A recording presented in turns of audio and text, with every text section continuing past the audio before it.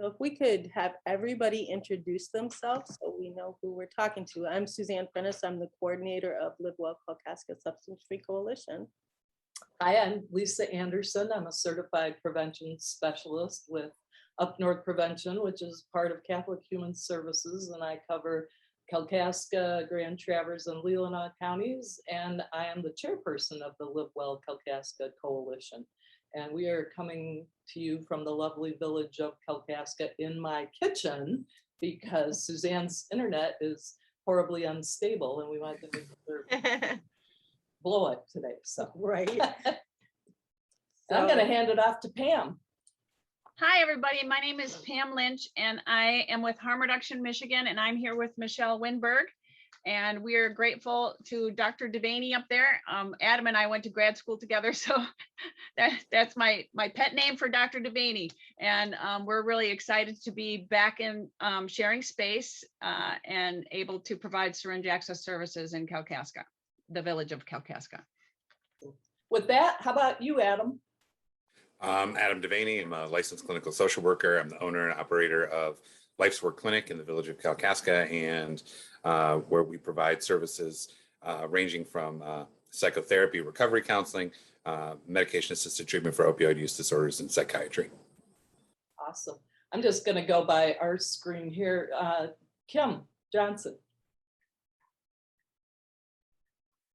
I'm Kim Johnson. I'm a peer recovery coach in Traverse City, Michigan. I also am a sexual health ambassador through Planned Parenthood. So trying to get the word out there about hepatitis and HIV prevention. Great. Thanks. George Davis. Hey there, y'all. I'm George Davis. I am here representing District Health Department number 10. So we're 10 counties, but we encompass Kalkaska. And I represent usually our sexual health clinics and services and our testing services for HIV, hepatitis, syphilis, and so on. So I'm happy to be the local health department voice on this call. Thank you. Awesome. Welcome. Victoria. Sorry, I'm slow to unmute. I am the complex care coordinator at the Thomas Shedd Care Center. We service 30 counties in northern Michigan. So I specifically am working in early intervention and kind of starting the response with this self-testing for HIV currently. Awesome. Lauren. Hi, it's wonderful to be here. My name is Lauren Powell. I'm the Emerging HIV Networks Coordinator with the Michigan Department of Health and Human Services. I'm in our new Ending the HIV Epidemic Unit. So just kind of what that means. So I'm there to help with coordinating our internal response to areas of concern, increases in cases, or networks of interest, and making sure that we're on the same page within the health department and also externally with our partners. And just lovely to be here. Wonderful to have the opportunity to speak. So thank you very much for inviting us. Glad to have you. Carrie. Hey, good morning. I'm Carrie Allery Smith. I am the community outreach educator with Planned Parenthood here in Traverse City. So I am a sexual health educator, probably most specifically just for the purposes of this call. I do specialize in HIV education, prevention, and viral hepatitis. Prevention education, I do that within some of the substance use disorder treatment centers in the area. And I also coordinate the Sexual Health Ambassador Program, which is the program that Kim mentioned that she is an ambassador for. And that is a program where we have trained individuals in recovery to help co-teach HIV and viral hepatitis education within treatment centers. So I'm just very happy to be here. Okay. Awesome. Let's see here. Tim Hudson. Hi, everybody. I'm the behavioral health consultant with Michigan Opioid Collaborative, and I cover the northern 21 counties. Sure. Chet. Good morning, everybody. kind of new to Catholic Human Services here in Alpena. This is my third week on the job. I'm retired police officer after 25 years. So got hired in Catholic Human Services, work in prevention. My area is going to be Rogers City, Onaway, and Alpena, and I'm glad to be here. Welcome, Chet. So at the front desk, when he checks in, Just as a reminder, if you a form that he'll sign, they have like a little tablet thing up there that he'll sign. Then it's auto. Yep, so- Okay, Heidi, go ahead. I don't do it in here at all. I'm under a legal information. Hi, can you guys hear me? I think everybody needs to remember to mute. I am a community outreach specialist with Thomas Judd Care Center at Munson Healthcare. We service all the 30 counties that Munson services. Welcome. Thank you. Dr. McGram. Hi, call me Dave McGram. I'm the medical director of the Northern Michigan Response Consortium. We work under a federal grant to cover about 21 counties in Northern Michigan, a variety of initiatives related to treatment, prevention, and recovery.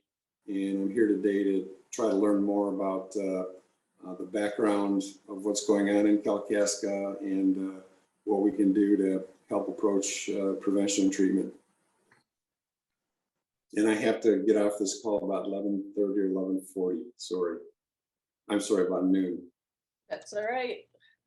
Let's see here, Jacob. Hi, everyone. My name is Jacob Watson. I'm an HIV epidemiologist with the state of Michigan. I work closely with Lauren in the investigation of networks of concern, and I provide all the epidemiological support and kind of background for these networks. And again, thanks so much for having us here. Really appreciate it. Thanks for being here. Tim Shrucraft. Hello, my name is Tim Shrucraft. I'm also with Michigan Opioid Collaborative out of University of Michigan Medicine, anesthesiology. I'm a peer recovery project coordinator for the group. I'm covering pretty much the whole state, working with the behavioral health consultants like Mr. Hudson. Awesome. Welcome. Dr. McMorrow. Hello, I'm Rob McMorrow. I am an addiction medicine physician located down in Houghton Lake. I work with the Michigan Opioid Collaborative with Tim and Tim and as a consulting physician, and happy to be here, and let me know if you have any questions. Great. Welcome. Nate Saylor.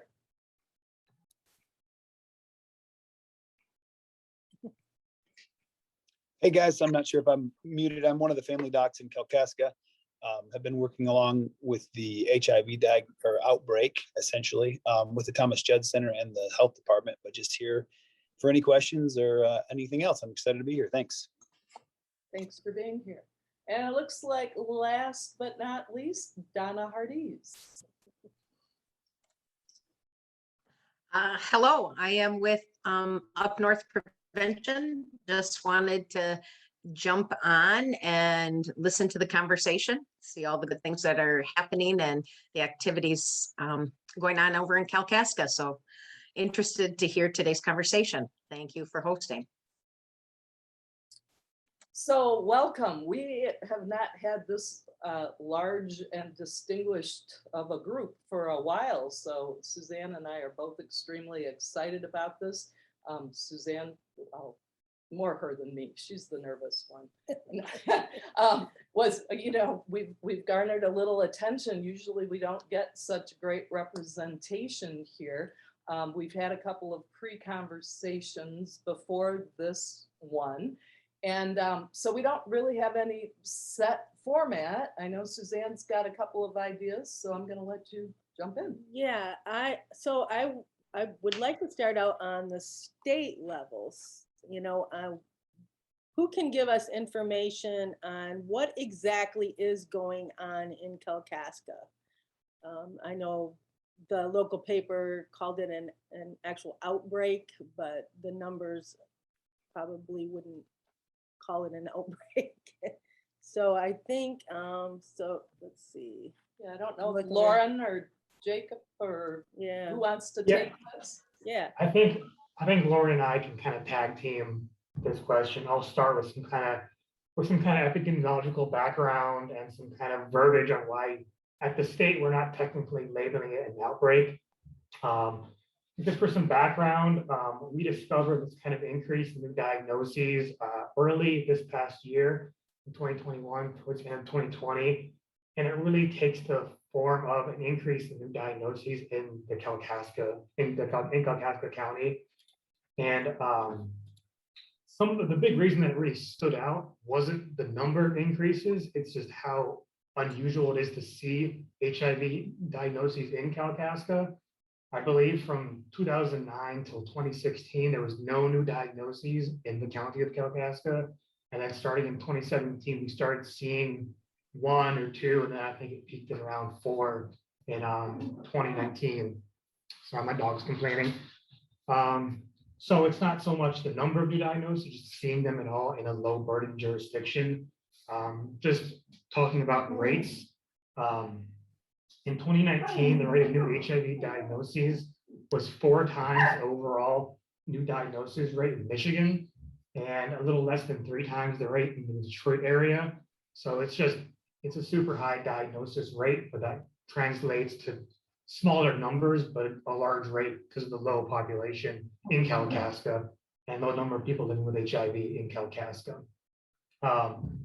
Demographics wise, it kind of fits the Kalkaska area. It's mostly white individuals. It's a little bit older. From the state level, what we really saw in the beginning was we did not think drug use right away.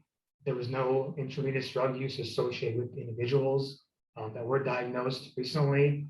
Our heads kind of went right away to swingers and swinging type parties and that kind of transmission type of thing happening. But whenever we're talking about Kalkaska, there is that kind of risk that the CDC identified and the state of Michigan also identified, dealing with the possibility for a jump from a network that's primarily sex-based to an IDU-based network. And Kalkaska was identified by the CDC and by the state of Michigan as a higher risk county for an occurrence like this to happen based on opioid data and general kind of trends of intravenous drug use in the area.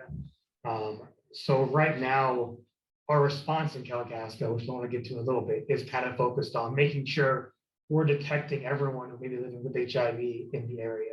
So we're really focusing on testing events, home testing, really getting everyone who may be at risk, even if they don't think they're at risk, tested for HIV and brought into care. So we don't reach that tipping point. And a tipping point is what the CDC identifies as that jump from non-IDU into IDU. So we haven't seen that yet. There's no evidence of that yet, but that's obviously what we're trying to avoid. And Lauren can get into a little bit of the kind of what we've been doing at the state level while I take care of my dog real quick. Thanks for that information, Jacob. Yeah, so just kind of like along with like what Jacob said, it's not like, you know, we wouldn't call it an outbreak in Kalkaska. You know, it doesn't rise to the level of an outbreak by any of our metrics or standards, but we really want to just promote awareness. You know, we want to make sure that it's out there in the community, that, you know, that like, you know, there is prevalence out there, and that, you know, that anybody who is living with HIV can be connected to care. And we want to make sure that we're, you know, making sure that we're providing those resources in those areas so that individuals can get tested, and not just for HIV, for STIs and for hepatitis. You know, really, I mean, we want to, you know, kind of normalizing HIV testing and just care in general. You know, it's sexual health is health, and just, you know, making sure that you know, there's an awareness out there so that the community can take the steps to protect themselves and also be aware. You know, if you're engaging in risk-based activities, you know, knowing your level of risk, just knowing that there is prevalence out there and that you're taking the proper steps, whether that's wearing condoms, you know, being on PrEP, pre-exposure prophylaxis to prevent transmission. You know, there's a lot of different options, and making sure that, you know, you're aware and you're able to, you know, just aware of what's going on, and also just to try to work to increase testing options, in Northern Michigan, and just kind of like work on, of course, we know that can be a lot of stigma, and, we want to make sure that everybody has access to the care they need. A number of these individuals presented at late stage diagnosis. So they were very sick, coming to the emergency room. HIV, we have great treatments nowadays. Everybody, you can live a long, healthy, happy life. And, it really is a treatable condition. So, we really don't want to see anybody coming in at stage 3, like where they're really, really sick and having those negative impacts. We want to make sure that, everybody has the services they need, that it's out there, that you're aware. And as Jacob said, also being concerned, just we don't want to see anything come over into the IDU community. And, really all of these HIV, hepatitis, the opioid epidemic, they all kind of, you may have heard like the term syndemic, they all kind of work together, and like some of those risks. So making sure that we're sharing that information and that we're working collaboratively. So, just wanting to make sure that information is out there, understood, and, just seeking out like, what we can do to help at the state, whether that's, providing services, talking, but really on the ground, like, you're the ones in the community. I mean, we're, with the state, I mean, we can do a lot of things, but, you're the ones on the ground talking to the clients, and we really appreciate all the work you do for the community in Kalkaska and the surrounding areas.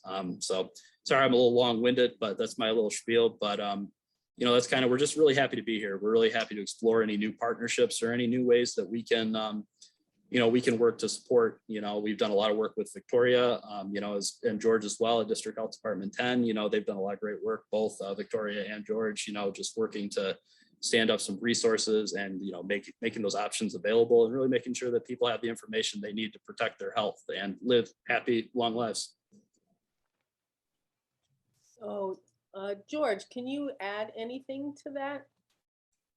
Sure, yeah, and to just piggyback off of Lauren, to make sure people have this information at the local level, I think to respect that, to empower a patient to make decisions for their own health, and to respect that information is prevention. When clients can be informed of what's circulating in the community, they can make choices to positively impact their health or the health of the network of folks that they are with.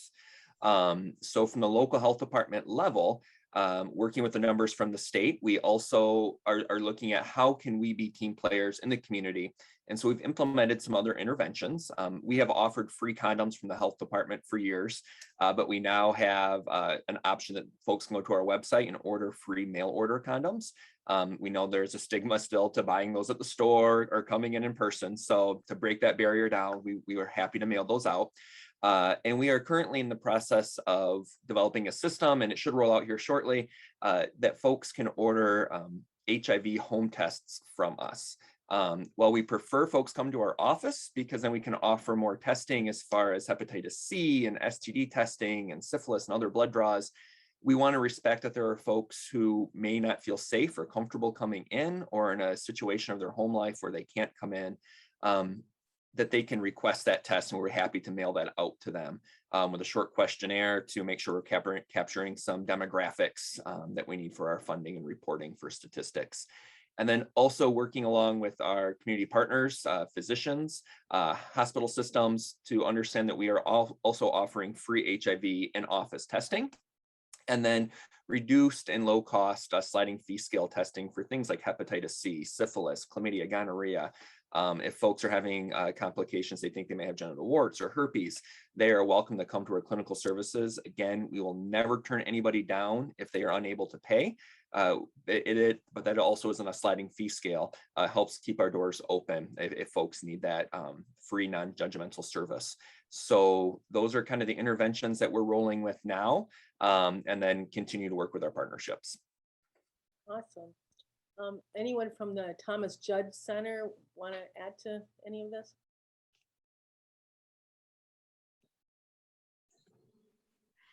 Yeah, so something that we implemented in, I believe, Heidi, you can correct me if I'm wrong, 2015, we started offering PrEP, free exposure prophylaxis in our office, in PEP, which has really increased rapidly in the last few years. So that is something that we offer in, to anyone in the state. We do have people who travel from Flint up to Traverse City to receive PrEP.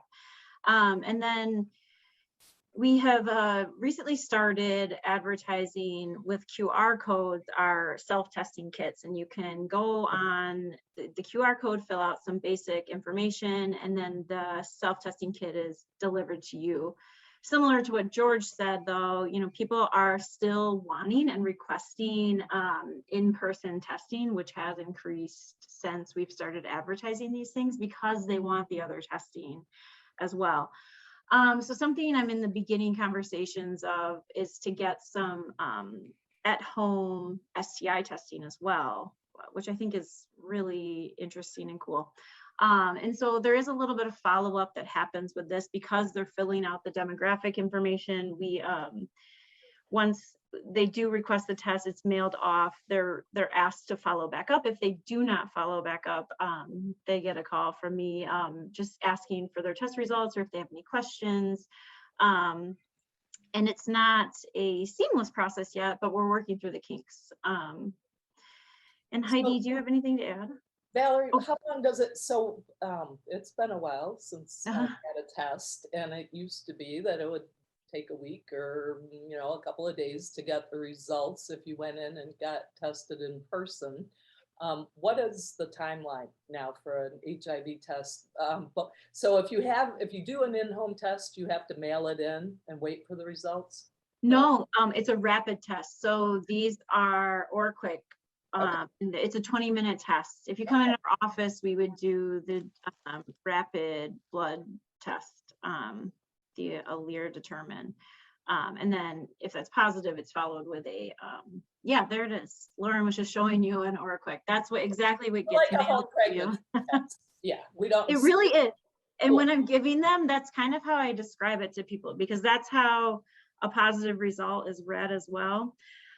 And I leave in the package that I send people, I'm filling it with condoms, lube, testing information for all kinds of diseases, and then local resources.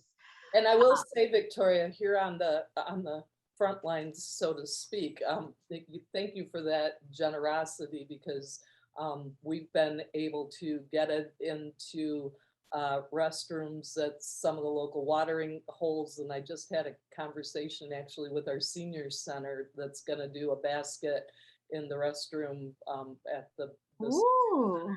And so yeah, I try to be hands-on, sort of. Don't take that the wrong way. Well, that's great. You know, we're not in that community physically, so I love that we can have a connection with you guys. Yep. And any written information about those testing services too, we're trying to get those out and about.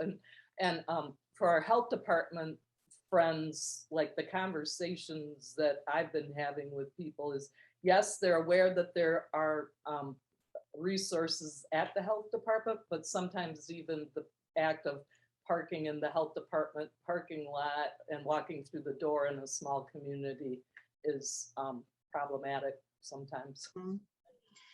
Yeah, and I do know, I think District 10 has many locations. I believe George said that people can go to any of them, but people have said the same thing about coming to Thomas Judd, that it's, you know, that like it took them 3 tries to actually come in and get tested. So it'll be interesting to see if this can remove that barrier, and that, you know, people, you know, have it come to their mailbox, take the test and go from there.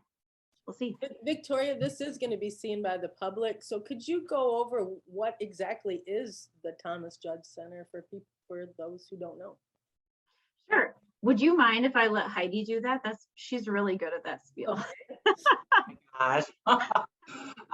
So hi, Thomas Judd Care Center functions essentially as the HIV clinic at Munson Healthcare.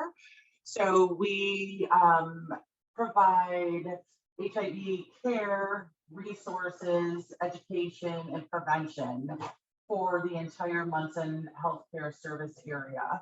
So we have case managers who help folks navigate from testing to diagnosis to all the resources that they may be eligible for as a person living with HIV. Essentially, our goal is to keep folks in care and remove any barriers that may prevent them from maintaining their care.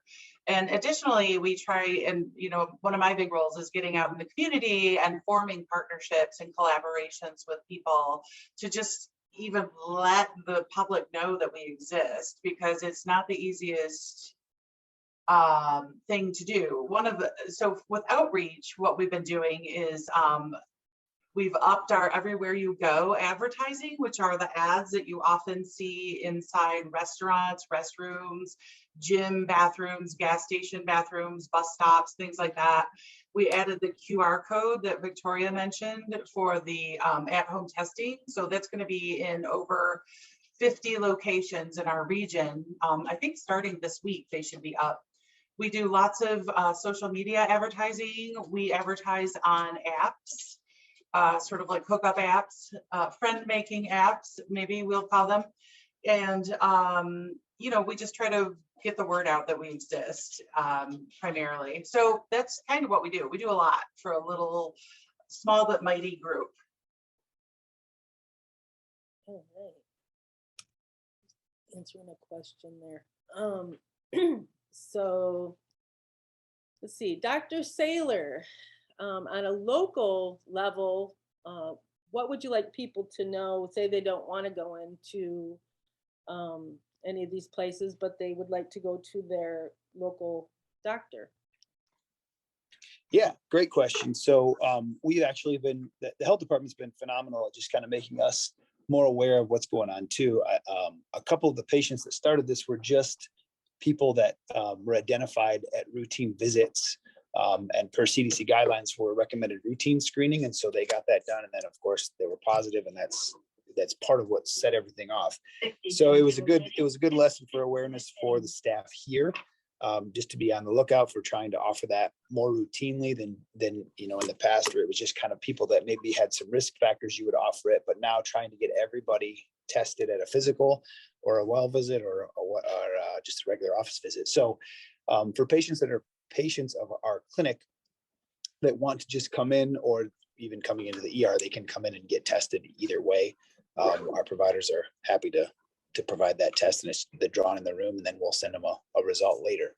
So that's kind of like bringing more awareness to the topic. And as patients have heard, or citizens of Kalkaska have been listening to the news, or even just rumor mill, whatever, we've had a lot more questions lately just from patients coming in saying, hey, I heard about HIV in our town, what's going on? And then we can have another discussion about, yeah, it's good to get checked, and offering more testing. So it's still being worked out as far as insurance coverage and who covers what. I don't want to answer those questions, because that's always a question of how expensive the test is going to be. I know that the health department is offering them for free per, and they can correct me if I'm wrong, but I think that was the last I had heard. And our lab has been working on trying to get the cost down, but I haven't heard an update on that as of late. So depending on, obviously they have an insurance that's a state insurance, like a Medicaid plan, that would be covered. But the other private insurance companies, those are all different. So still working through that.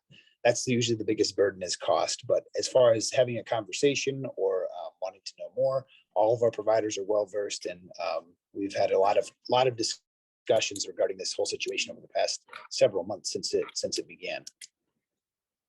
Awesome. Thanks for being here. Yeah, my pleasure. I'm going to ask you guys to do something in case, people want to collaborate with somebody else. Can you put your name and your email address in, and that way if somebody wants to connect with you, they'll have that information. Put it in the chat. In the chat. Thanks. And I have a question just for any of our health providers as I was sitting here. So possibly this increase that we're seeing, I'm just wondering, I'm thinking maybe testing in general was probably affected by the pandemic, because a lot of things took a back seat to the pandemic. And, am I right in thinking that that's a possibility, that the routine testing wasn't happening? Yeah, and I can just like from a state level, definitely throw it to Georgia District Health 10 for more local, but it's just statewide. COVID has definitely negatively impacted that all. And that's one of the big things that we're hoping to kind of, just promote more testing, because like the levels have dropped quite significantly from where they were before the pandemic. People just aren't coming in for services. Clinics have been closed. I mean, it's just been a brave new world with COVID. So it's really impacted all of us in many different ways.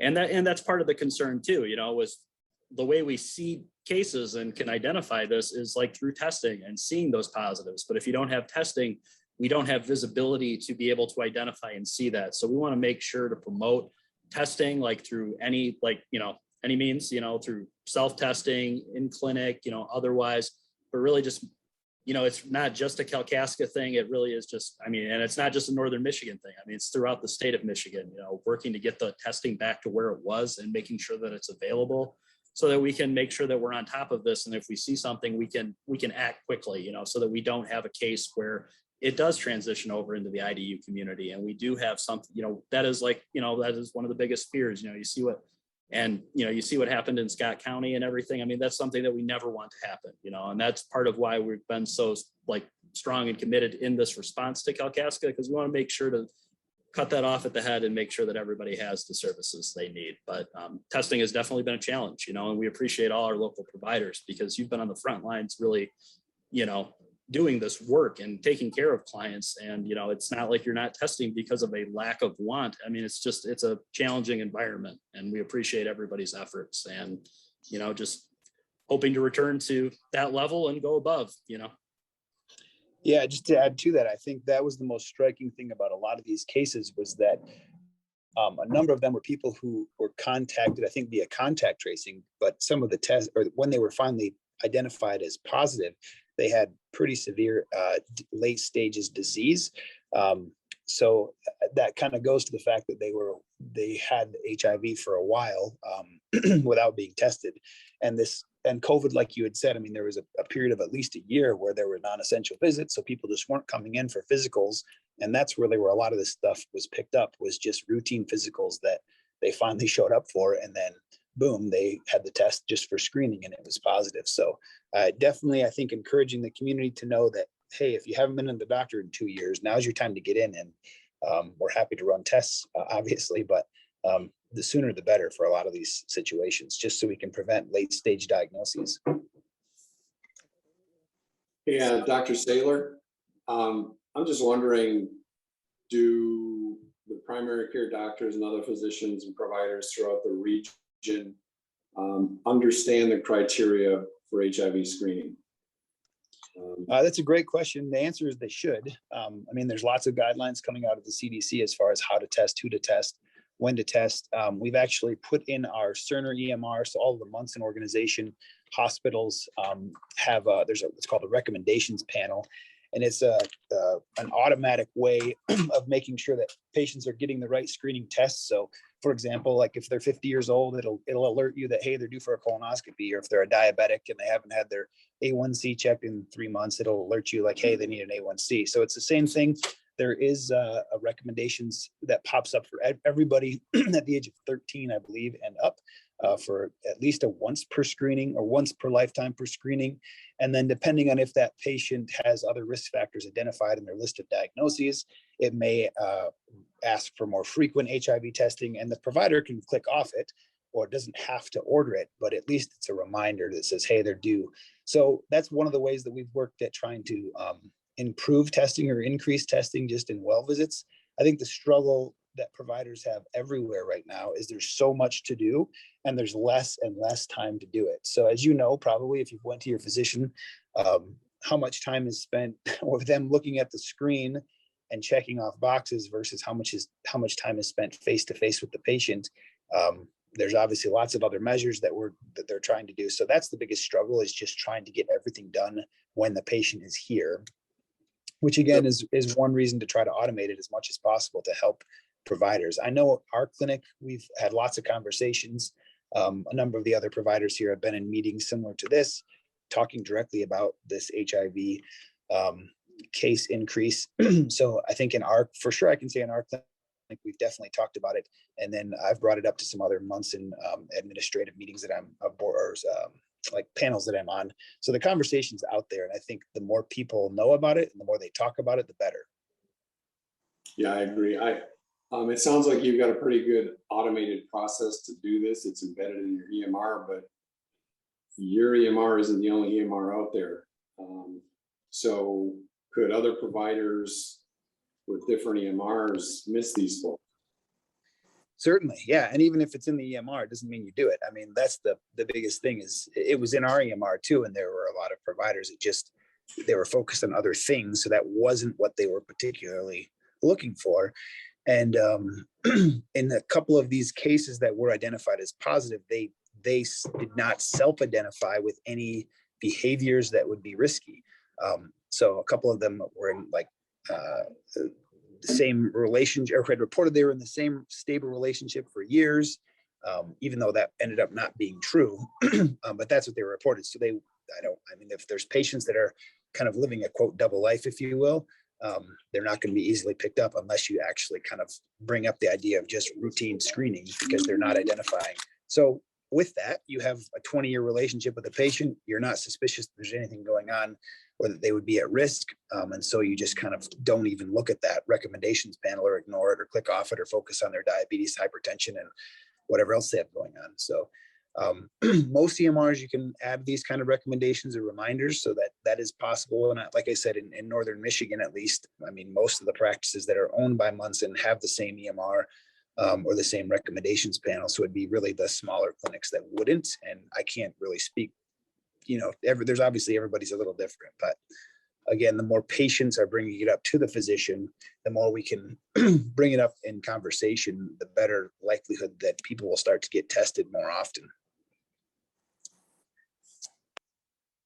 So Pam and Adam, can you tell us why harm reduction is so important in our area when it comes to people with substance use? Going on the microphone. Excuse me. Hi, guys. I'm sorry, we've got somebody here.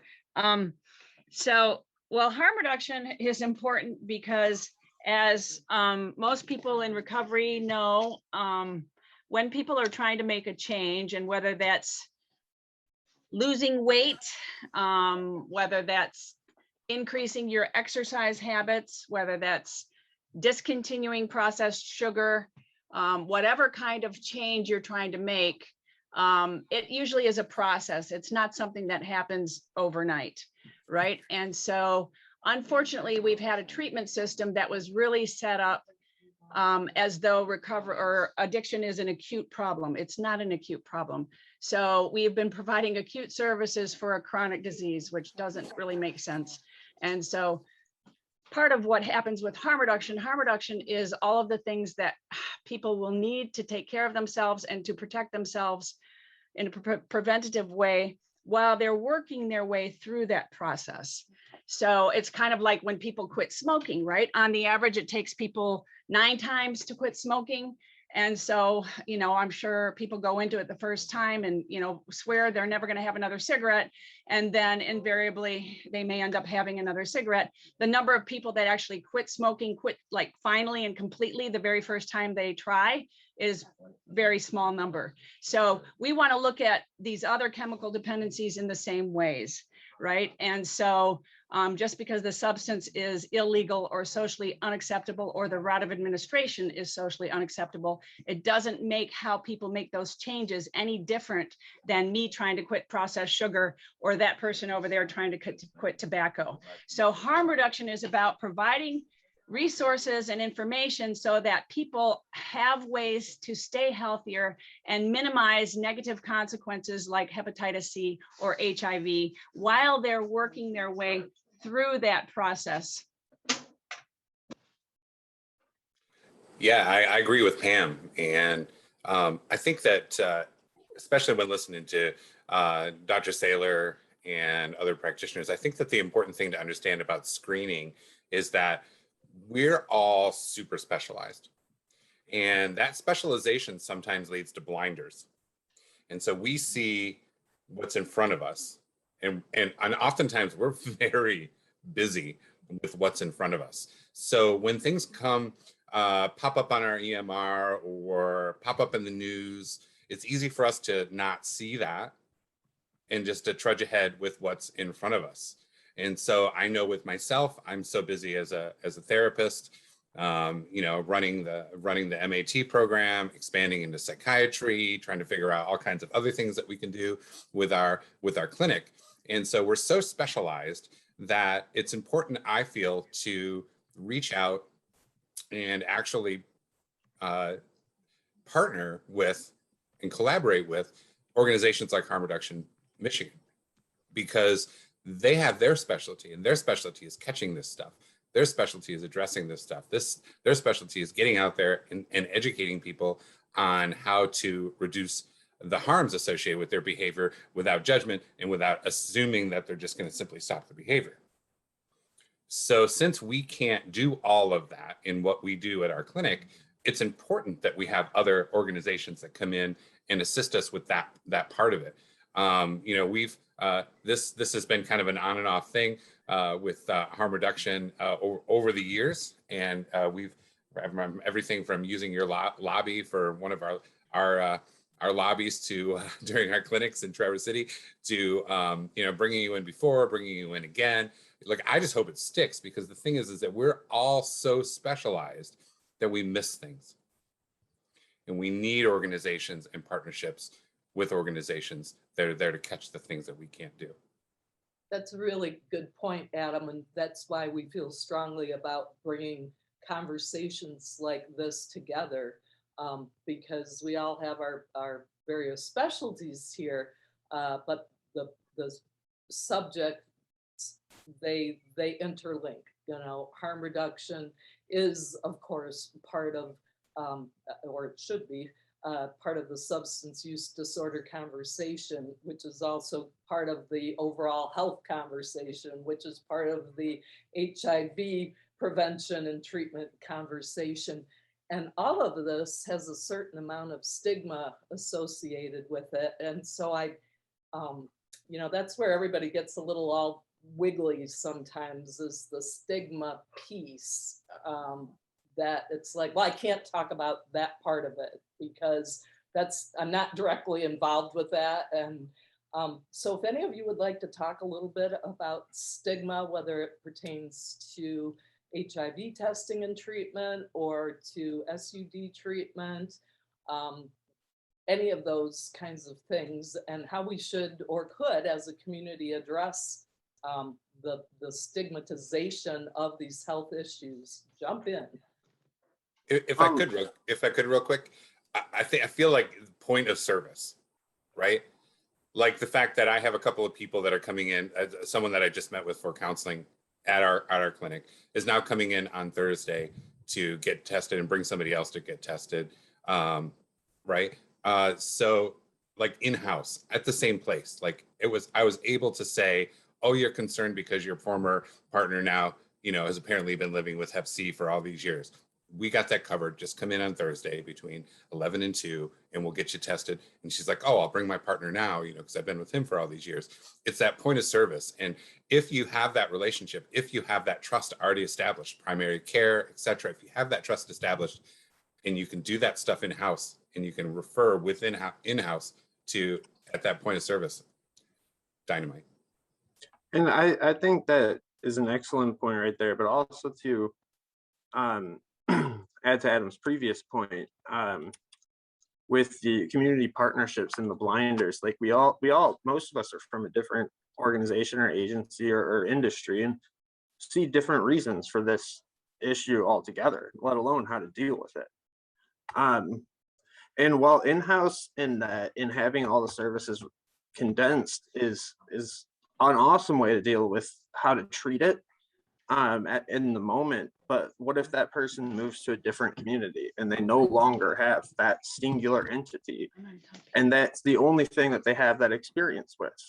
What we need to realize, everyone needs to realize, is that Hep C, HIV, substance use disorder are problems that aren't going away. They've been here for a long time, and what we've been doing doesn't work. it's been made clear. It's gotten worse for the opioid epidemic has done nothing but get worse for what, 15-ish years?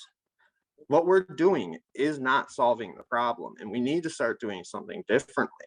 And we need to accept that like harm reduction strategies save lives. They reduce transmission of infectious diseases, and they save lives.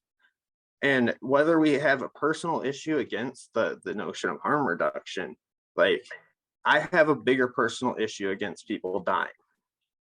And so any strategy that stops that or at least reduces it, the treatment conversation doesn't even necessarily have to be a part of that. It can be, and hopefully somebody wants the improvements in their life that come with that, but I at least want them to stay alive so they have that opportunity.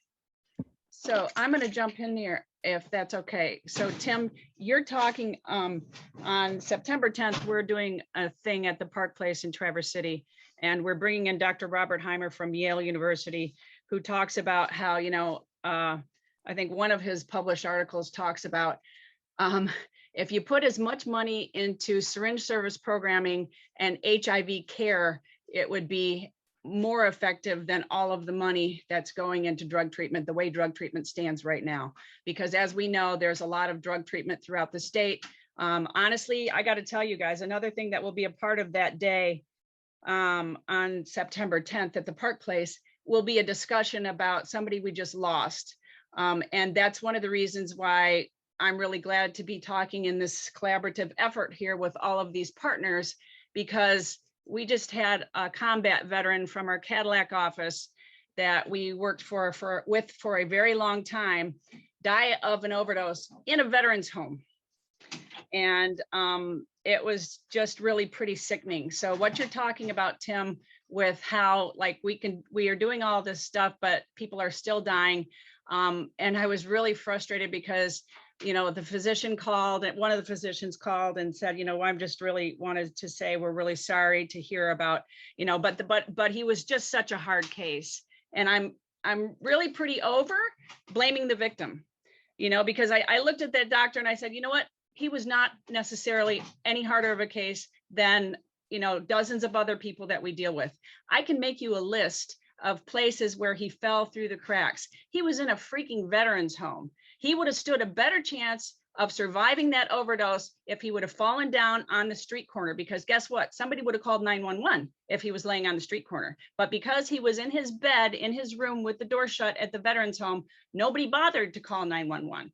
So it was really difficult to, our whole staff has been working its way through this death, because the maddening thing to me is not just that the guy died, but because in so many ways, the system failed him.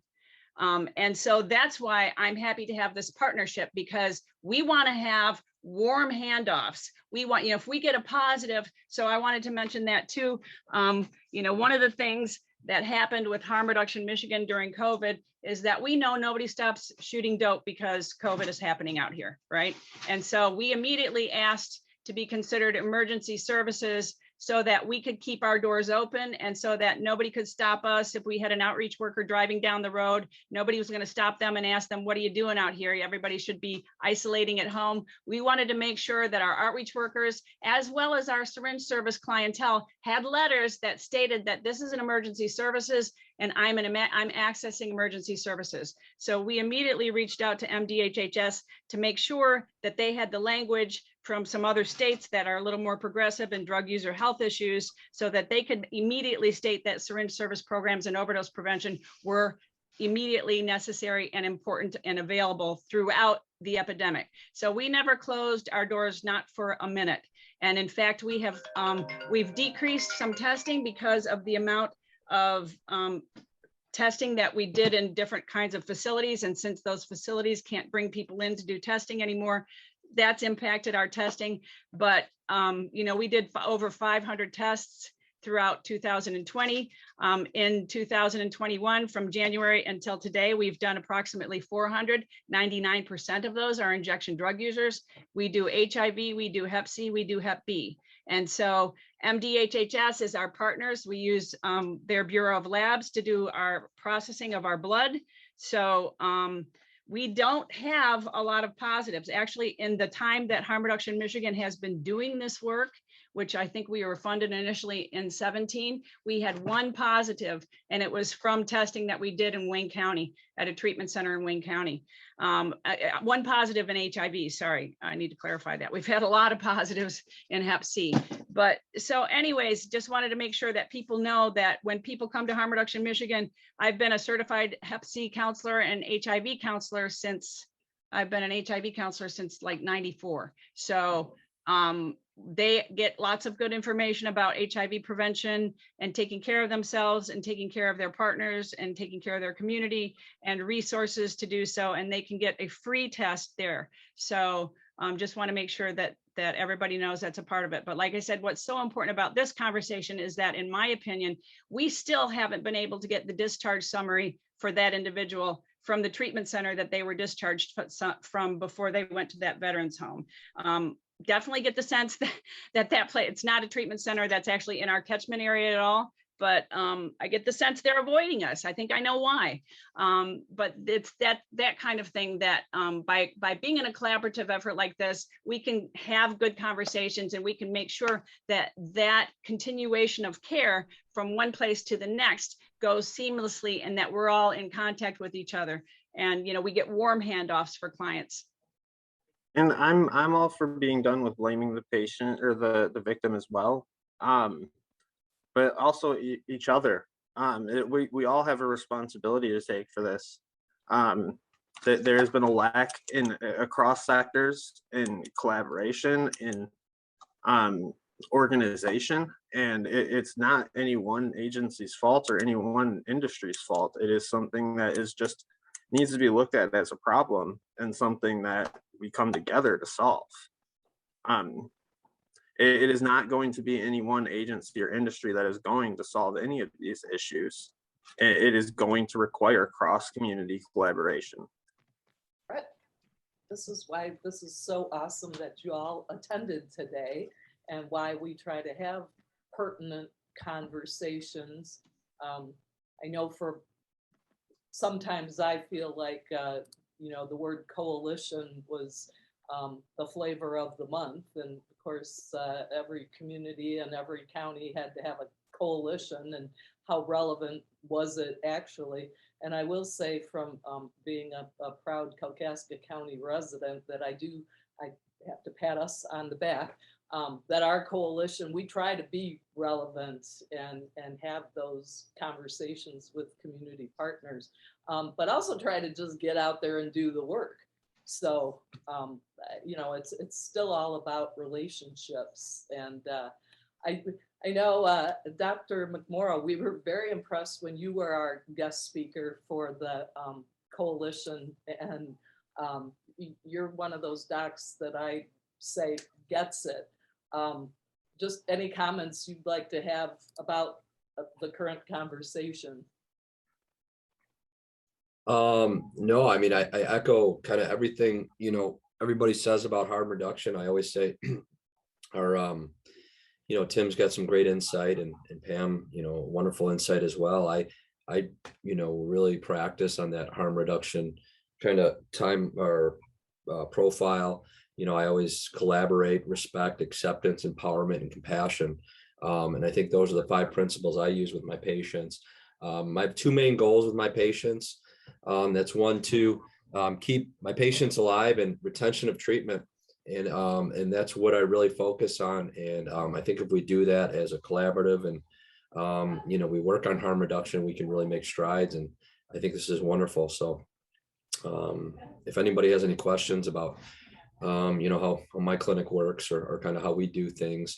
I was fortunate to train in Buffalo, where we were really progressive in harm reduction. We had low threshold clinics throughout the city where we'd have, you know, needle exchanges, low threshold buprenorphine. We had a ultrasound tech that would show people, the good veins and things like that. We saw just a huge progression in infectious disease, overdoses, and just generalized health, in collaborating with our patients to improve the whole scope of their health.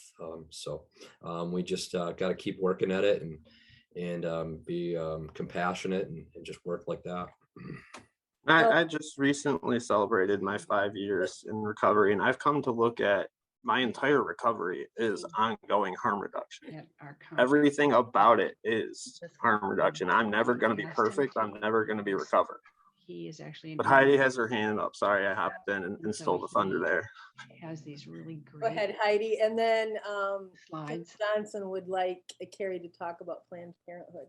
About Heidi? I just had a quick question for harm reduction. You mentioned some event on September 10th. Could you tell us where to find more information on that? Hi, am I on? Yeah, I think you guys can hear me. Okay, sorry. I've been flipping back and forth so much here. Yeah, actually, Heidi, and I apologize because it's pretty last minute because it was spend down money that somebody offered us. And they're like, hey, do you have anything you could do with some spend down money? I'm like, yeah, there's somebody we've been trying to bring in from Yale for decades. And so it's just being finalized now. We have the agenda. I'm waiting for an answer from one person before I guess that agenda is finalized. And so it will be September 10th at the Park Place. That is the same day as the NMORC meeting. Unfortunately, this guy's like a pretty big deal. If you want to Google him, his last name is Heimer, Heimer. And the dates that he could come before the money had to be spent were pretty limited, which is why we ended up having to choose that date. And so, yes, there will be an option to attend virtually. So we will be pumping it out on either Zoom or Microsoft Teams. And we will also be meeting in person down at the Park Place. And so thank you for asking about that, Heidi. As soon as I have something to send, I will be sure to send it out to this coalition as well as other coalitions that we're a part of. Thank you for asking. And it will be essentially 9:30 till about 3:34. Like I say, I'm waiting on this last speaker before I can nail that down. Thanks. Let's see. So Usually Suzanne and I go back and forth, but since we're looking at the same Yeah, screen, she's yeah. looking at the chat and I can't see that far away. So let's see. Kim wanted, where did it go? Carrie, you wanted Carrie to talk about Planned Parenthood? Hi, I'll keep this brief since we're at time. I just, so the question came up about stigma earlier, and I think that one really great way to combat stigma is education. And so that's really what I focus on as an educator with Planned Parenthood is community education. I do all kinds of sexual health education, but again, just for the purposes of this meeting, I do focus a lot of my attention on HIV and viral hepatitis education, prevention education, and that can be done anywhere really in Northern Michigan. And so if any of you have questions about that or are interested, I put my information in the chat. You can always just send me an email and I can talk to you about ways that we might be able to collaborate to get education out to individuals. If people have opportunities specifically within treatment centers or treatment communities, we do have the ability to offer education that is co-taught by our ambassadors, who, as I said earlier, are individuals who are in recovery themselves. Excuse me. Planned Parenthood in general, it sounds like everybody here is offering some really awesome, fantastic resources within Kalkaska County. Planned Parenthood is located in Traverse City, so I'm just putting this out here as an option, but there are Planned Parenthood locations across the entire state. So we do offer PrEP. We can prescribe PrEP, and we can also offer STI testing, HIV testing, Hep C testing. So it's just another option for individuals if they are interested in those services. And then obviously along with that, we can do all of the other sexual health stuff that we provide. But I just, yeah, thank you for the opportunity to get some of that information out. So please feel free to contact me with any questions or any opportunities for collaboration, because we would love to do education in the Kalkaska area if an opportunity presents itself. Thank you. So Carrie, I'm just curious, in my work over the years and as a prevention specialist, I work with youth quite a bit. And I know that there's some pretty black and white rules as far as sexual health oriented education in the schools that Yes. have to go with the Michigan model. But I believe there was somebody from Planned Parenthood who that there was a little bit of collaboration in some of the area schools between Planned Parenthood, with nobody being able to get in the schools during COVID. I'm assuming that there hasn't been a whole lot of that collaboration going on anymore. But well, oh, sorry, I didn't mean to cut you off. No, I'm asking. I kind of. Yeah. So I have partnerships with several area schools. I teach in a 5 or 6 county area. Most of those schools I did teach during COVID during last year, but I just did it virtually. So there are very, very strict rules, laws in place regarding sex education in public schools. Each individual district has to have a sex ed advisory board that has to approve any curriculum. So the Michigan model is one curriculum. They can choose any curriculum that they want, but it has to be approved by the sex ed advisory board and then go through 2 school board meetings for approval after that. So the process is sort of tedious and long to get anything approved. I was doing some education briefly with the alternative school in Kalkaska, but that was years ago. And then the teachers switched and then they moved locations, and then there was just not an opportunity to come in. So I am doing things in local schools. So if that's another, obviously, if anybody has any connection to local schools, whether it's in Kalkaska or another county, you can let me know. Kalkaska is starting a new and revamped alternative ed program, and I'm the person that can put you in contact with that. So we will talk. Awesome. So Carrie, Victoria wants to know, is PrEP on a sliding scale? Oh goodness, Victoria, that is a very good question. So I do not know the answer to that question. I know that whatever, because we take Medicaid, whatever private insurance a person has. So I don't know if they do not have insurance, how that works. So you can always contact either the Traverse City office specifically to ask questions. Kelly's usually the one at the front desk, and she's amazing. Or you can I'm sure that the information is on the website, but I can also get you that information as well and email it to you. So we're getting a little bit past time. There's one question that I want to ask. As the Kalkaska Coalition, what can we do to help the current situation? What would you see us doing? Anybody want to answer that question? I would see you guys in doing what you've done today, facilitating conversations. You facilitated this conversation beautifully. Thank you, Lisa and Suzanne. So this is this kind of thing, on all different levels. So facilitating this conversation, disseminating information, disseminating resources, and, continuing to do what you're doing. That's very helpful, that They know, people know that, like we always said in HIV, people need a buffet of options. And so, all of us are the buffet of options. And, if a person wants, this specific angle, then they go to this place. And if they want that specific angle, they go to that place. Or maybe that place has hours that are better accommodating to that person's schedule. So people have a buffet of options to pick and choose from in getting help, So thank you. Thank you. Victoria?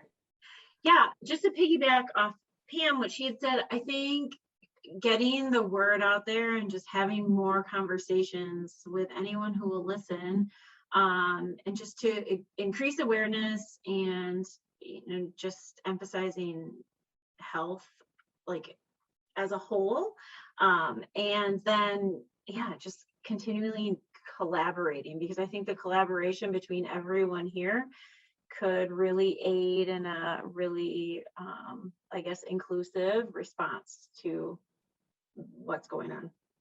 We really want to thank everybody here Yeah, for their time absolutely. today and their expertise. I think this has been a productive conversation, and we look forward to future collaborations. Yeah, absolutely.